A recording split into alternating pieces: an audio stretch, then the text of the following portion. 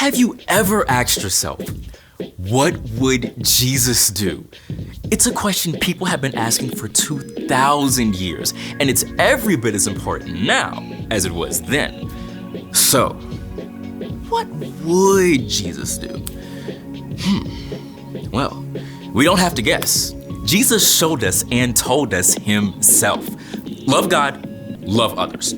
So, when your brother is sad, you can love by listening and encouraging. When your friends argue, you can love by not taking sides and helping to make peace. But living like Jesus is hard if you're not spending time with Jesus. You can read or listen to stories of Jesus in the Gospels, Matthew, Mark, Luke, and John, all about the things Jesus said and did. You can also talk with Jesus, just like a friend. Tell him what you're excited about or what's worrying you. Ask for his help and wisdom.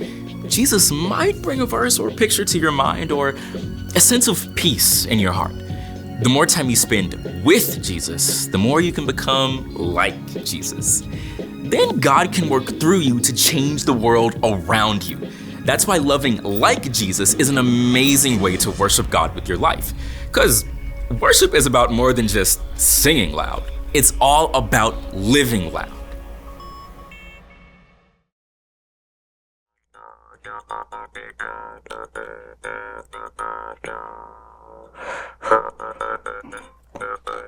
Hey, Brandon. Do you know what my favorite camp song is? What? Here, I'll sing it for you. Oh, okay. Hey, ready? Yeah. This is the song that doesn't end. It just goes on and on, my friends. Some people started singing it not knowing what it was, and they'll continue singing it forever just because. All right, This is that's the fun. song that doesn't end. Oh. It just goes on and on, my friends. I get it, because it's... Some people started singing it not knowing what it was, and they'll continue singing it forever just because. And then it starts over because it's the song that doesn't end. It just goes on and on, my friends. Some people are you for real? started singing it Are you? not knowing John, what it was. are you and stuck? they'll continue singing You it signed forever it. just Tell me what I because can it's do. a song that doesn't end. John, are you okay? It just John, goes on and John. on, my friend. Some people started singing Hello? it not knowing Hello, what it doctor? was. And I didn't We have a camp song emergency. Help! Help! It just goes on.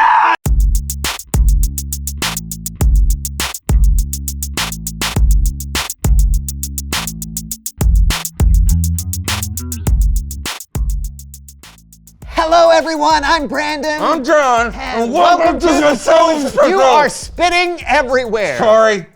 Keep forgetting I have my mouth guard in. Why do you have a mouth guard? Safety. Are you planning on playing football? No, tennis. Yes, football. Okay, whoa. I'm attending a football camp where they teach football so I can improve my footballing skills. Are you okay? You seem a bit on edge. Yeah, I just found out that one of my childhood nemesis is coming to the same football camp as me, and I don't know how to handle it. Well, maybe you won't be on the same team and you won't hang out that much. Yeah, well, I also just found out he's coming over here. When? No. I'll get it. Hello. Can I help you? John. Oh, you're here to see John? Well, he's right over here. You'll come on in. John. Edgar. I'm Brandon. I'll sit down now.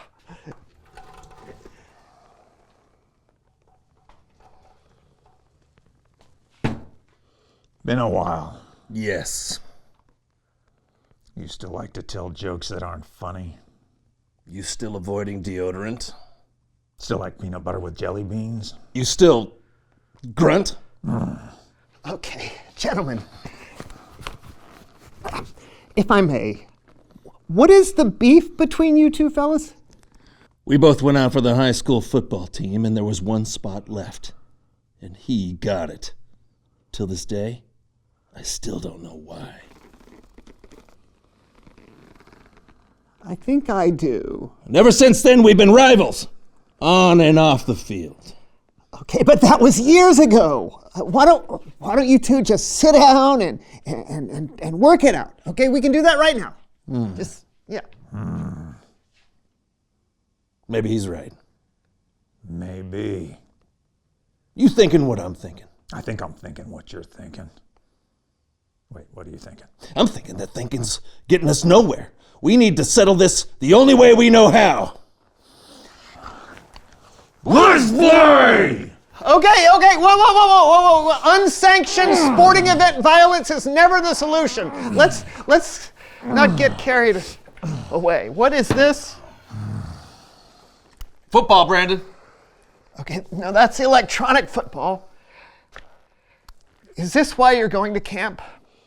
Yeah, it's electronic football camp. I mean, what did you think we were gonna do? I don't know. I mean, you're wearing pads. So?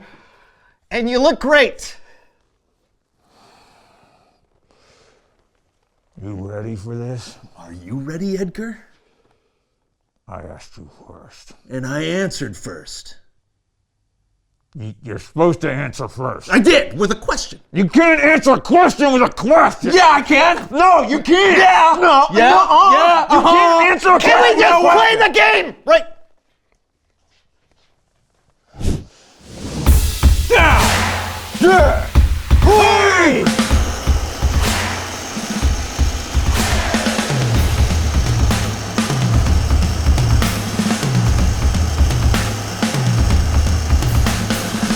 Is this all there is? Yeah!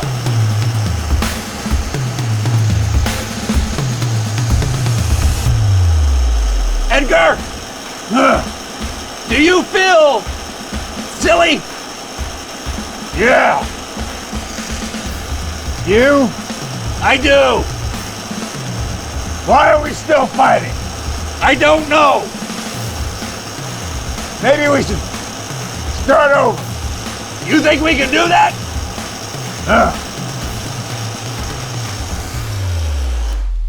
Well, that was riveting.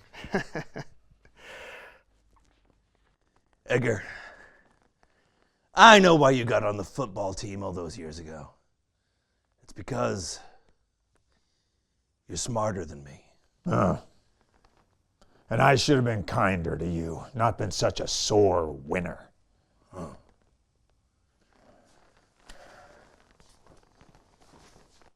Friends?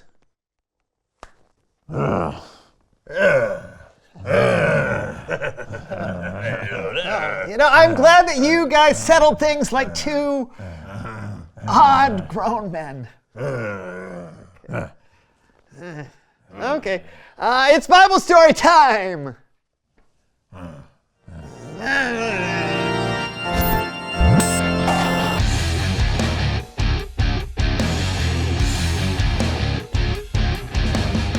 Hey fellas, what's up? Just making amends with an old adversary. How about you? What a coincidence. I'm about to tell a story about some enemies who made up with one another. They made amends. They made almonds? No, amends. You said the word first. They did? Take it away. I like almonds. You can read this story yourself in the book of Acts, chapter 9. Back in the day, Bible days, there was a man named Saul. Saul was a Pharisee, a teacher of the Jewish law, and he was not being very kind to followers of Jesus. In fact, Saul was having them arrested. He thought that's what God wanted him to do.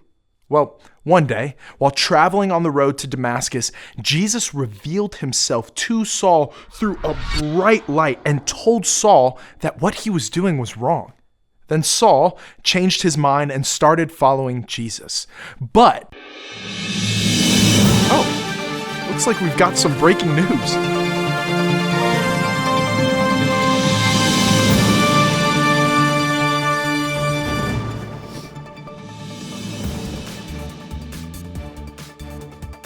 Are we wrong?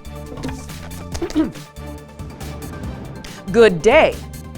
I'm Diane DeWitt, and this is the Ancient News Network, the leading network for only the most ancient news. Later in today's broadcast, jumbo shrimp.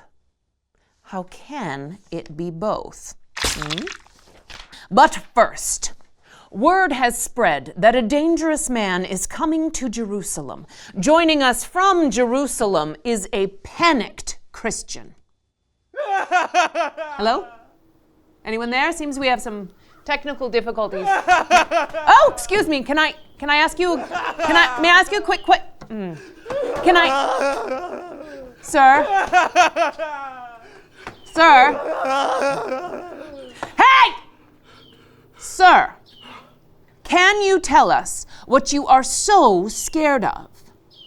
Saul! He's coming! He's coming to Jerusalem! Saul the Pharisee, who has Jesus' followers arrested, even killed? That's the one! Undisclosed sources say that Saul has changed. Now, instead of arresting followers of Jesus, he is a follower of Jesus. What? No. That can't be. It's a trick, I tell you. A trick! That guy will never be welcomed here. Never! He is my enemy! I see. Well,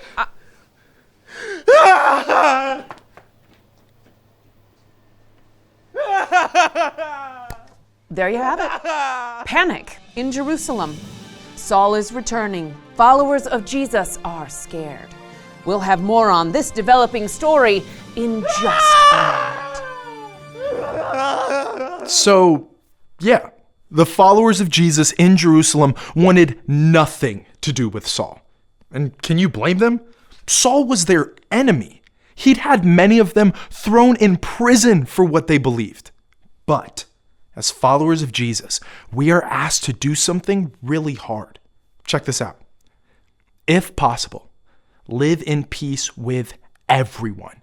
Do that as much as you can. That is a tall order. Live in peace with everyone? Yeah, everyone. That means even the people you might not get along with. Now, it doesn't mean to let yourself be hurt, but we should try to offer the peace we've received from God to other people as best as we can. Which brings us back to our story, because one man in Jerusalem I had a feeling I would get interrupted again. Welcome back to the Ancient News Network. I'm Diane DeWitt. Later on in the program, mimes screaming for respect. But first, our breaking news. Feared former Pharisee Saul has made it to Jerusalem, and an ally has emerged. Sir, can you give us your name? Yeah, my name is Barnabas, and I'm a follower of Jesus here in Jerusalem. And I understand you had a recent run-in with Saul. Actually, it wasn't so much of a run-in as it was an invitation. I actually welcomed Saul when he got to town and invited him to stay. You did this while all the other Jesus followers wanted the opposite. Yes. Okay, so I had heard about Saul's encounter with Jesus on the road to Damascus, and how Jesus appeared to him in a bright light, and how Saul lost his sight. So Saul can no longer see. No, he can see again. I mean, God sent a man named Ananias to help restore Saul's sight. And when his eyes were finally opened, Saul got up and started preaching about Jesus all over Damascus. That's how I know he's changed. Well, I see the man I interviewed earlier behind you. Yes, I was the one screaming in fear repeatedly. But now? Well, I saw Barnabas take Saul to the apostles, Jesus' closest friends and followers, and Barnabas asked them to accept and welcome Saul. He made a very strong case. Yeah. And if Jesus changed Saul's heart, maybe I should let him change mine. So peace is restored. I would say so. Yeah. Fascinating. Thank you for sharing. Glad to hear everyone is on the right track. And there you have it. Saul and the other followers of Jesus are at peace because of the efforts of Barnabas. Up next, ketchup or catsup? People are seeing red in the debate. I'm Diane DeWitt, and this is the Ancient News Network. I love this story. Barnabas made peace with Saul even when he was an enemy. That's what Jesus did for us. Even though we were separated from God, Jesus made peace by giving his life for us.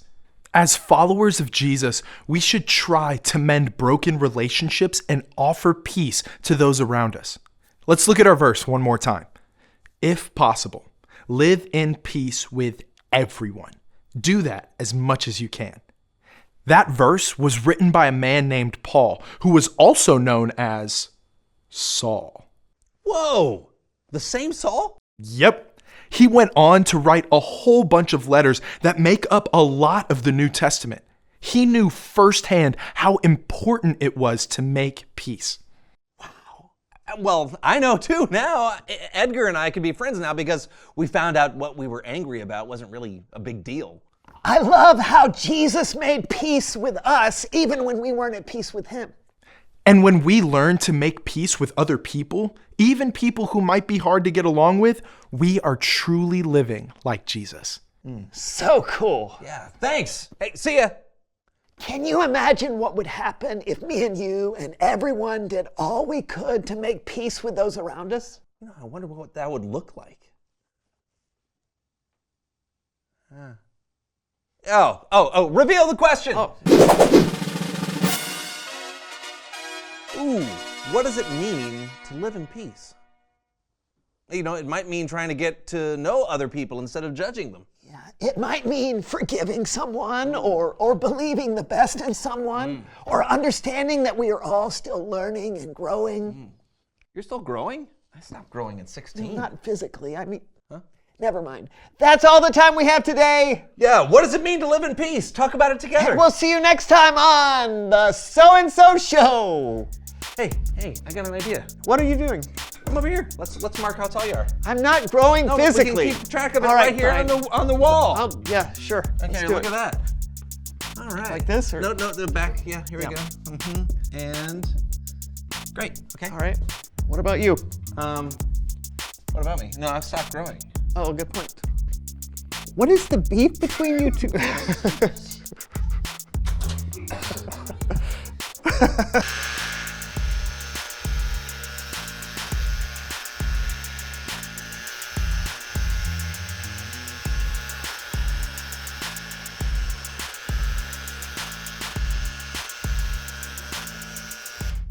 People pay money for this? It's about as real as it gets. Let's go!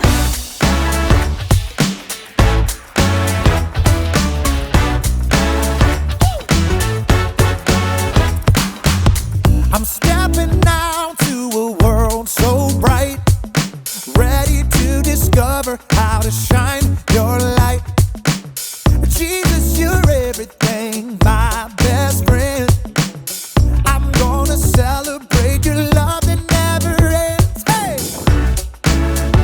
Teach me and show me how to love like you do, so I can live it out, live it out. That's what it's all about. I